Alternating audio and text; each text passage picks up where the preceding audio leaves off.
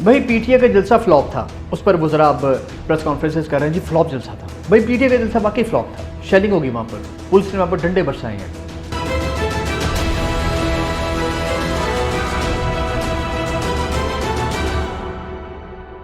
Flop था जलसा PTI का, जो ये सियासी थिएटर है हमारे मुल्क का, उसके ऊपर उन्होंने एक फ्लॉप फिल्म दिखाई और उस पर उनको गिरफ्तार कर लिया गया। अब जो स्पीकर कौमी असम्बली हैं वो कहते हैं जी कि जिन्होंने ये काम किया है मैं उनको जनाब कटहरे में लाऊंगा।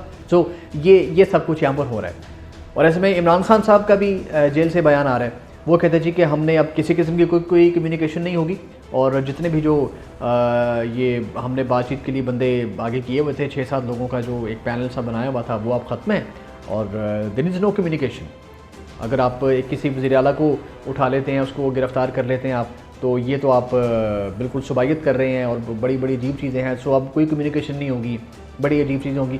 बयान आना उनका, ये उन्होंने सहाफ़ियों से गैर रस्मी गुफ्तगू की है, तो मैं ये चाहता था कि आप तक इसको पहुँचाया जाए, ज़रा कुछ थोड़ी बहुत इस पर गपशप भी हो जाए। क्योंकि होता ये है कि जब भी आप कोई चीज़ कर रहे होते हैं ना, उसमें आपको चीज़ों को साथ साथ लेकर चलना पड़ता है। देखिए अडियाला में उन्होंने बात की है, वो कहते थे कि मैंने कभी किसी को बातचीत से रोका नहीं था, मैंने तो कहा था कि आप बात करें, बात होनी चाहिए। अब वो कहते जी कि हमने 22 अगस्त को जलसा मनसूख करने का पैगाम मिला, हमें कहाँ से मिला आपको पता है। फिर उन्होंने कहा कि जी 8 सितंबर का जो जलसा जिसमें हुआ वो भी बड़ी मुश्किल से उन्होंने इजाज़त दी है। अब वो कह रहे कि 21 सितंबर को 21 सितंबर कि जब लाहौर में जलसा पीटीआई ने ऐलान कर रखा है, उसने कहा इजाज़त मिले या ना मिले लाहौर में जलसा होगा और होकर रहेगा। और पीटीआई की ये खासियत है कि वो जब जलसे का कहती है ना तो वो जलसा करके दिखा भी देती है। खैर अब वो यही बात कर रहे हैं कि अली मीन गंडापुर के वो साथ खड़े हैं, यकीनन उनको खड़े होना भी चाहिए, आखिर उनकी पार्टी का सीएम है और उनको भारी वहाँ पर अक्सरियत मिली हुई है। फिर बलूचिस्तान पर उन्होंने बात किया कि वो हाथ से निकल चुका है,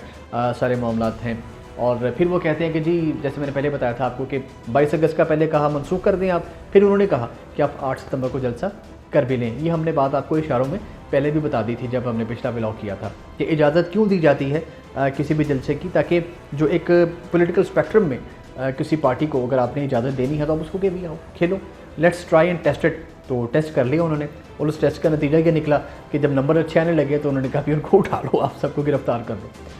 अब स्पीकर एयाज सादिक ने तो कह दिया कि वो उनकी रिहाई करवाएंगे, कब करवाएंगे ये पता चल जाएगा। लेकिन ये आप कह दीजिए कि जो एक पॉलिटिकल एक जो फिल्म एक थिएटर चल रहा है हमारे मुल्क में, उसमें ये एक क्लाइमेक्स सॉर्ट ऑफ उसकी तरफ जा रहा है। जो 3 एक्ट होते हैं ना फिल्म की ज़बान में 3 एक्ट, अब ये जो 2nd एक्ट है अब ये जारी है।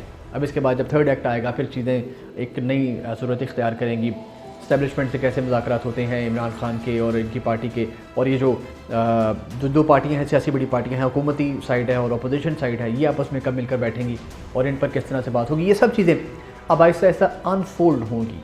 लेकिन ये जो गिरफ्तारियां हैं ये शायद उन जो मुज़ाकरात की जो राह है उसमें रुकावट साबित हो सकते हैं, क्योंकि एक पार्टी जो ऑलरेडी स्नब्ड है उसके बंदे भी गिरफ्तार हो रहे हैं, तो फिर वो कैसे कम्युनिकेशन आप करेंगे।